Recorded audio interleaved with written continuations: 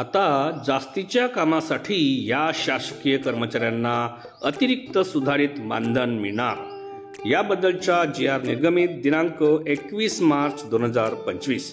तर नमस्कार मित्रमैत्रिणींनो, आपण बघत आहात माझे यूट्यूब चॅनल एज्युकेशनल मनोहर, ज्यावर आपल्याला पाहायला मिळतात इयत्ता 5वी ते 10वीच्या इंग्रजी या विषयाचे व्हिडिओज, सोबतच इंग्रजीच्या ग्रामरचे संपूर्ण व्हिडिओज आणि नागरिक आणि कर्मचारी बंधू भगिनींसाठी इन्फॉर्मेशनल म्हणजेच माहितीपर व्हिडिओज या सर्वांच्या प्लेलिस्ट या व्हिडिओच्या डिस्क्रिप्शनमध्ये देण्यात आलेले आहेत। त्यावर जाऊन आपण आपल्या कामाचे व्हिडिओज पाहून घेऊ शकता।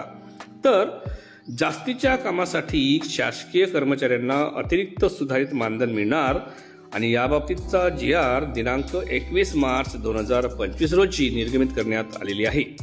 याबद्दलची सविस्तर माहिती आजच्या व्हिडिओमध्ये आपण बघून घेणार आहोत। त्यामुळेच या व्हिडिओला सुरुवात करण्यापूर्वी हे चॅनल एज्युकेशनल मनोहर यावर आपण नवीन असाल तर हे चॅनल आपण सबस्क्राइब करायला विसरू नका आणि हा व्हिडिओ बघितल्यानंतर एक लाईक आणि जास्तीत जास्त शेअर करायलाही विसरू नका। चला तर बघूया की जास्तीच्या कामासाठी कोणत्या पद्धतीने शासकीय कर्मचाऱ्यांना अतिरिक्त सुधारित मानधन मिळणार। तर जास्तीच्या कामाकरिता अतिरिक्त मानधन अदा करण्याबाबत सुधारित शासन निर्णय राज्य शासनाच्या नियोजन विभागामार्फत दिनांक 21 मार्च 2025 रोजी निर्गमित करण्यात आलेला आहे।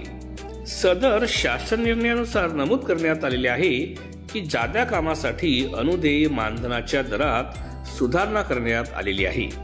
यानुसार अर्थ व सांख्यिकी संचालनातील अधिकारी किंवा कर्मचारी यांना अर्थसंकल्पीय कामकाजाच्या अनुषंगाने कराव्या लागणाऱ्या जादा कामाकरिता सुधारित मानधन निश्चित करण्यात आलेले आहे।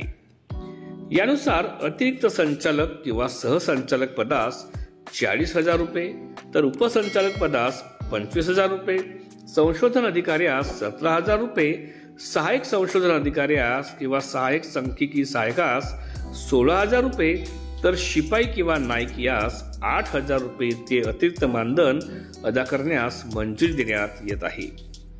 सदर मानधनाचे सुधारित दर हे सन 2022-23 या आर्थिक वर्षाच्या अर्थसंकल्पापासून अंमलात येतील असेही नमूद करण्यात आलेले आहे। तसेच याकरिता ऑक्टोबर ते मार्च या 6 महिन्यांच्या कालावधीत अधिकारी किंवा कर्मचारी यांची उपस्थिती किमान 75% असणे अनिवार्य असेल। जर उपस्थिती 50% असेल तर त्यानुसार 50% रक्कमच अनुदेय राहील असेही नमूद करण्यात आलेले आहे। सदर मानधन अदा करण्यासाठी सदर अधिकारी किंवा कर्मचारी यांनी आपले काम समाधानकारकपणे पार पाडले आहे अशा संबंधित कक्षाच्या प्रभारी यांच्या प्रमाणपत्राच्या अधीन राहून सदर भत्ते मंजूर केली जातील अशी बाब नमूद करण्यात आलेली आहे।